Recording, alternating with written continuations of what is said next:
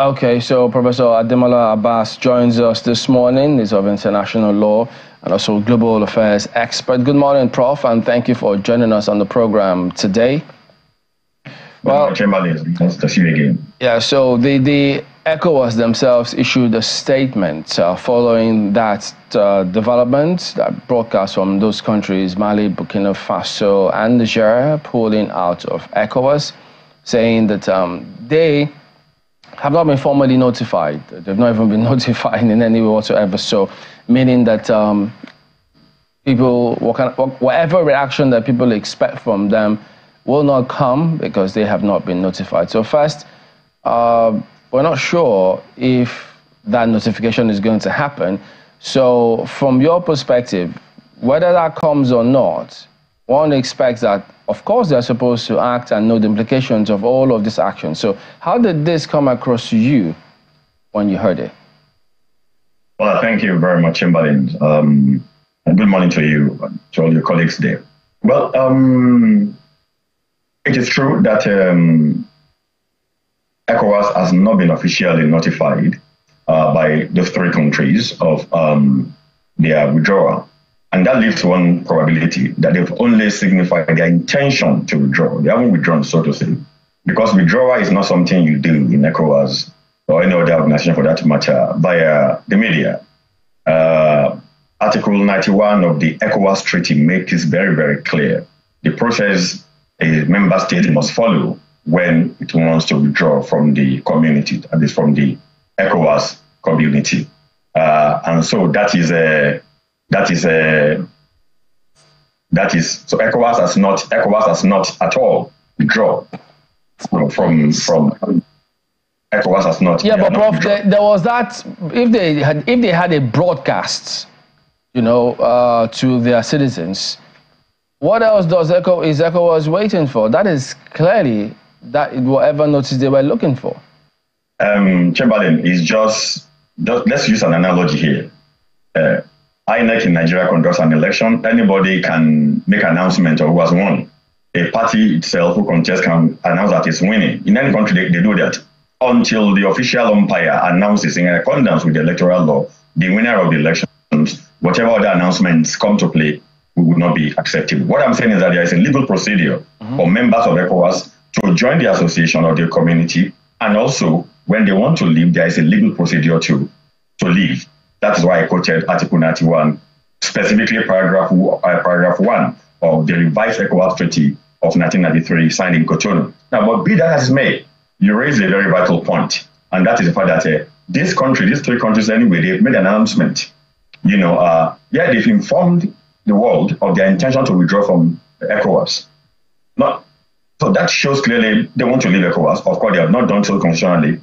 However, that gives ECOWAS an immediate information that they need to start acting now. And I'm not surprised that just yesterday, on the 28th of this month, ECOWAS adopted a communique in which it says two things. That on the one hand, their attention has been drawn to the the announcement made by these three states that they are yet to receive a formal notification. However, they also said in that communique, if you read it, that ECOWAS will work hard to make sure they resolve the crisis with the three member states. That is very, very important when they say they are going to be able to engage those three member states. So ECOWAS is not sitting on its hand to say, well, you have not initiated the formal process of withdrawing, which is what the ECOWAS protocol, funding treaties specifies. But we know you intend to, and we're not going to wait, and we're going to act proactively. I think ECOWAS deserves a condemnation. So that Article 91, yes, which is on withdrawal, yes, it clearly stated that. Reading from there, it says, quote, any member state wishing to withdraw from the community shall give to the executive secretary 1 year's notice in writing, who shall inform member states thereof. At the expiration of this period, if such notice is not withdrawn, such a state shall cease to be a member of the community. And then Article 92 talks about transitional and savings provisions. But, Prof, do you think this Article 91 took into cognizance this kind of scenario now, where military government is in place, and of course, it does appear as though they want to perpetuate themselves in power, not having any ECOWAS breathing down their necks. And so announcing this pullout is to give them that breather to just stay there for as long as they want to. Chamberlain, I was going to call you ECOWAS then. You can't be ECOWAS. It's a very important question you asked, but the short, swift answer is that, yes, ECOWAS protocol, the founding treaty, beg your pardon, 1975, revised in 1993, just read Article 91, contemplated then, still contemplates this scenario. That article is addressed to ECOWAS member states, not ECOWAS government. It doesn't matter whether a government is a civilian government or a military government. So far, you are still a member of ECOWAS. Mind you, even if you are suspended from ECOWAS, as those 3 states have been suspended, they are still ECOWAS members. Only they are suspended as far as certain obligations of ECOWAS are concerned, basically. So you cannot say, oh, because now we are military regime, we are suspended, we cannot. And that is why what you just read, if you go to Article 91, paragraph 2, it says, until that time, until expiration of that 1 year notice, you are still bound to carry out the obligations you have assumed under ECOWAS treaty. So that answers your question. In other words, Article 91.1 says, give a notice, which is for 1 year, but during that time, except anything happens, you must still comply. That is under Article 91.2, which is your obligation. So it doesn't matter whether you are a civilian regime or you are a military regime. So far, you are still an ECOWAS member state, you are bound by that treaty, pure and simple. Prof, if I may come in here, the matter that the 3 countries mentioned, Burkina Faso, Mali, and Niger, the issues that they raise as backing or the factors militating they are wishing to withdraw, even though you spoke about 1 year, but they are saying it's with immediate effect. So you weigh in on that as well. But let's look at the issues they mentioned. Are they not matters that the ECOWAS needs to look at critically? No, that's a brilliant question, to be honest with you. And I'll come to that in a minute. But let me first of all address what you just said, that in the question of whether they said the suspension of their withdrawal is immediate effect. Look, they can say anything. If the process says it has to last for 1 year, you cannot truncate that, because otherwise you will still be violating your own obligation that you freely assume under ECOWAS treaty anyway. So, I mean, it's going to create a chaotic order to the constitutional arrangement of ECOWAS state or any other organization for that matter to be able to do that. So they are still bound by that 1 year. We'll come back to the question whether that is enforceable by ECOWAS or not. That's a different thing. But the second leg of your question, though, is whether ECOWAS should be looking at the issue raised by these states. It's a very fundamental question. Because if you go back to what they said that in their joint communique, that's for the 3 states, they said ECOWAS has drifted from the ideals of its founding fathers and the spirit of Pan-Africanism. You ask yourself the question, what are those ideals that the states say ECOWAS has drifted from? If you look at, as an example, if you go back to ECOWAS founding this thing, Article 3, list all those ideas in terms of aims and objectives of the community.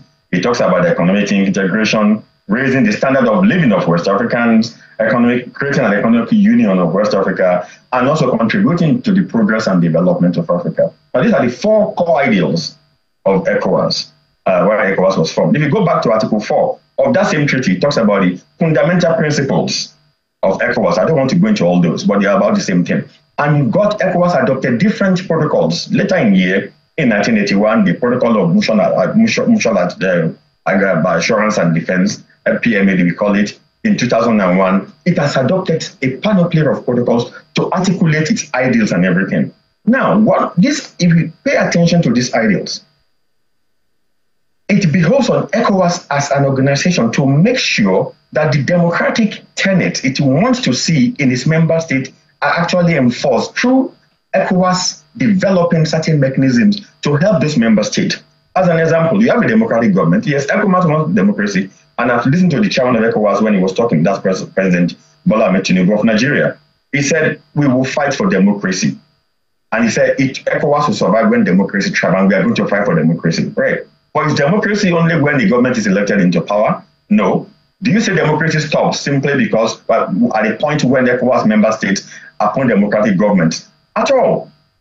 Elections are just the key to open the door to democracy. Elections are not democracy. They are just a key to open the door. Democracy condiments include the good governance, rule of law, probity, transparency, lack of corruption, and so many things. All these vices are permanently pictured in most, at least 95 or 90% of ECOWAS member states. The big question for the world, for us, for ECOWAS is, what has ECOWAS been doing since 1975 to make sure that all these vices, which it was set up in 1975 to fight in its own member states, are actually fought? The answer is all up in the air. On the one hand, ECOWAS is developing a very strong legal regime, and you give it credit for that, to ensure the enshrinement of democracy and the rule of law in its member state. But on the other hand, it's not developing cultures and tenets that will establish all those fundamentals to be present for the ultimate benefit of their people. So there's a dissociation, there's a disconjunction of what ECOWAS is doing. So on the one hand, you want democracy to thrive, you want democratic elections to be held, representative government, we understand that. But on the other hand, you are doing nothing. ECOWAS does not penalize any member state that is herring. ECOWAS does not, deal with any member state that botches its elections. ECOWAS does not punish any member state that is corrupt. ECOWAS does nothing to a member state that is violating the human rights of its people, and so on and so forth. But these are the ideas of these are the ideas for which ECOWAS was established in 1975, and these are the ideas that those three states are talking about. Okay, Professor Abbas, sorry to interrupt you here. Yes, ECOWAS has these tenets and ideals that were put out there for the formation of the body, but one of the key areas I thought to bring up here is what the countries or the leaders are even talking about, that they have not been supported. They're not talking about the fact that they've been sanctioned. Yes, it's also mentioned later on, the sanctions against their countries for the coups that happened. But the major, or the first one they mentioned, was support in the fight against terrorism and insecurity. No, that is a chicken and egg situation question. Okay. You have military juntas who have taken over government in their countries, who have been suspended. Now they are saying ECOWAS has not supported them. Supported them at what point? Before they took over the government, or ECOWAS has not supported its democratic government in those countries. If the latter is a question, if their charge is that ECOWAS has not been supporting those countries when they were fighting terrorism and this and that, during democratic governments, we can begin to question that. We can begin to ask whether ECOWAS is indeed guilty of that. Again, that is a question of resources, though. That is, if ECOWAS has not been supporting its member state, democratic member states, when they were fighting terrorism and so on and so forth, as an example, as it should be doing, that is a question of resources of ECOWAS. It's not something that one member state can say, because you've not been supporting us, so we are leaving you. No. ECOWAS supporting member states to fight their own war internally is not one of the ideas of ECOWAS, even though it's one of the things that ECOWAS should be doing. What I'm saying is that is a bit far-fetched. On the other hand, if the hunters are saying that ECOWAS is not supporting them, that is the military regime that they are fighting this and that, ECOWAS cannot be suspending you as the undemocratic government and at the same time pouring support into you. It doesn't make any sense. It's contradictory. So what I'm saying is that we have to unpack that, and that's why I've not really wasted time on that kind of charge, because I think that is just a kind of justification fishing, is the way I see it. They are in power, they are undemocratic government, whether we like it or not, and they must find they are in town. They are shopping for reasons. They are shopping for justifications to annihilate ECOWAS or to remove themselves from ECOWAS. But hey, here's the good news for them. They don't need to bring up spurious reasons or ludicrous reasons at all. It is enough for them, as they have said in their communique, that ECOWAS has drifted from the ideals for which its founding fathers established it. That is enough. You don't have to go on forum shopping, on some justification shopping that is going to come back to haunt you. So therefore, Ghana can stand up tomorrow, or Togo can stand up tomorrow and say, because ECOWAS is not supporting our anti-money laundering activity, we are leaving ECOWAS. No, that one of the issues that one might also want to consider in this space, Prof, is the reaction or the take of the people in the various states, in the Burkina Faso, in Mali, and in Niger. How the people are taking, the current situation in their country is something of significance, isn't it? Because up until now, I don't know if there is any hush-hush from any of these countries that they do not like the leadership that they have now. That's on the one hand. On the other hand, is the claim they have also that ECOWAS has not done anything to even help the individual states to manage their democracies in a way that will be beneficial to the people. What argument then will ECOWAS would you suggest that ECOWAS be putting forward to help the different countries, the member states, to fully get on the plate and say, okay, now we can have a conversation in a way that will benefit the people of the different countries? Well, Ayo, thank you very much. I did have a bit of problem with part of your audio, but I think I could make general thing you are trying to say. That on the one hand, you are talking about people's reactions in their various countries to this development. And again, what can ECOWAS do in terms of helping its member state in terms of their democratic cultures and stuff like that? Look, these things are not far-fetched. Number one is the issue of how people react. You remember in Nigeria here, we had a bout of military coups and coups. Whenever military struck in those days, we would pour out on the street and we would celebrate. We would jubilate. You know, I wasn't around during the first military regime, 1966, January 15, and the counter coup of July 29, 1966. But I was around, obviously, even if I was a little boy, when Murtala coup took place, and then subsequent coups, Bachaku and this and that, Babangida and so on. And at a point in time, I was in the university. Instinctively, we would jubilate. We would pour on the street. You would celebrate. You would welcome them. Because before we got to know better, the military would take over and say they were coming because of the excesses of the civilians and this and that. Civilians are corrupt. The civilians, the bloody civilians that they call us and this and that and so on. We would jubilate.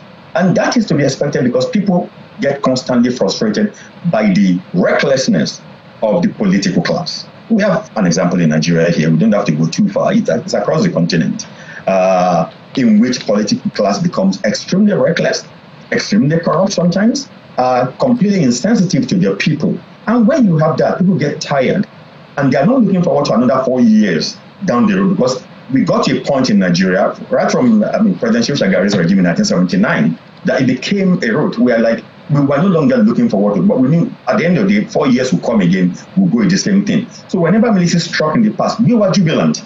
So that is the first reaction of the people. But when the dust begins to settle, and you then begin to see that the military regimes are even in some situations worse off than their civilian counterparts, then you begin to ask yourself questions. But the danger then is that you can't ask loud questions because military regimes are brutally repressive anyway. We still remember the Abacha goons in those days. Today, whether we like it or not, we can go to the parliament and debate. House of Reps, the Senate, and this and that, state assemblies. We can debate and we can hear, we can fight, we can quarrel. It's part of the land of democracy. We don't argue with the guns. We don't argue with the military. So people's reactions, for instance, in those countries, as an example, when the coup took place, first and foremost, were very jubilant. But I'm sure as things are beginning to come down, as a different thing entirely. Then secondly is that the people in the Sahel, especially in the Francophone part of Sahel, also has a particular, the people have a particular history with the French dominance of those particulars. So their jubilation is not only in terms of their frustration with their own political elites at home, but also with the fact that they saw that point, as a tipping point in their relationship with the Western countries, especially France, that has been so dominant in Niger, Burkina Faso, and Mali. So you have to look at it from that point of view. But if we move a bit beyond that, we begin to come back to the part of your question. ECOWAS is still stuck in 1975. Basically, ECOWAS is trying to be a supranational organization which wants to exercise certain powers beyond its member states, but without developing the tenets to be able to do that. What do I mean? Look at European Union today. If European Union will suspend a member state, that member state is in trouble because you know what you're going to lose by leaving the European Union. Let me ask you a question. If ECOWAS suspend a member state, what is that member state going to lose? Can ECOWAS suspend Nigeria or Ghana? The answer to my mind is absolutely no, because you're killing the ECOWAS economy. In other words, member states don't actually see the benefit of being in ECOWAS. Don't forget, in the year 2000, Mauritania was the first country to leave ECOWAS. Didn't come back until 2017 when they signed an associate agreement with ECOWAS. Mauritania doesn't see what it's losing. Mali, Burkina Faso, Niger wouldn't see what they would lose per se by not being members of ECOWAS. And that is a very important thing. What I'm saying here is that ECOWAS needs to go to the drawing board and begin to, the same thing anyway affect African Union. You begin to develop in a way that you have things that your member state will look forward to by being their member, by joining yourself. When they leave you, they know what they are going to lose. ECOWAS has not done that, and it's not doing it. Well, but Prof, another consideration that a number of people might also be putting in mind is the future of these three countries, particularly because, as you said, they are in the Sahel and all of that, is the fact that these are landlocked nations. They are insulated, so to speak, within the continent by other countries. So how do you see, in the event that this trajectory continues, like they say, okay, you know what, we're going to continue to do what we're doing, we are going to leave, they eventually make it formal. I'm just trying to, hypothesize. In the event that that happens, what are the implications both for those countries and for a country like Nigeria? Because some paper on the front page of a paper in this morning is already saying that, look, Nigeria, it might be having more costly, spending more money on some things just in case.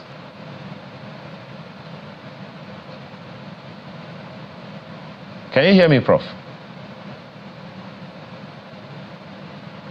Ayo, I couldn't hear 95% of what you said. Your audio was pretty bad from that end.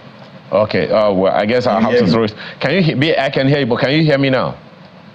Better now. Now, if you can just repeat the question, it's better. Okay. These three countries are landlocked in Africa. So they literally have to depend on other African countries, so to speak, to get in and out of in some way or the other. So what are the implications of that economically, both on those three countries and a country like Nigeria?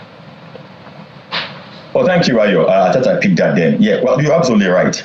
Two things might happen here. They're landlocked and of course, they're facing down ECOWAS. And I did say earlier when I was talking that by those states also not serving a formal notice to ECOWAS, they might just also trying to prod ECOWAS because they know the consequence that would be if they were to leave ECOWAS, at least economically. They might have just gone ahead to make that announcement formally that we intend to leave ECOWAS as a way of sort of baiting ECOWAS to come back and re-engage with them, which by the way, would be a very smart move. And I think ECOWAS is already catching that bait by saying, you know what, we haven't got a formal notice from you, but we are going to work to use ECOWAS' particular sentence. He said we are going to seek the restoration of order in those three states. So that might be the reason why those states are doing that, because they know the consequences of them leaving ECOWAS. That's on the one hand. Now, on the other hand, that if they were to carry it to the end, as you've asked, then it's going to be devastating to them economically, so as far as this integration in West Africa is concerned. And it's going to push them. They also have certain problems with France already. They've thrown out France from their country. France is waiting. France is going to also play back, so they are likely to run back to France at the end of the day. If that doesn't happen, start thinking about them running to Russia or running to China, as a kind of an interim measure. But for Nigeria, the problem is not going to be, the consequence is not going to be so much economic for Nigeria as much as military. Because there's a lot of collaboration as far as fighting terrorism between Nigeria and Niger, especially. And they are like a leopard that say, Yoruba will say, if your leopard cannot squeeze, your milk, it can knuckle it off.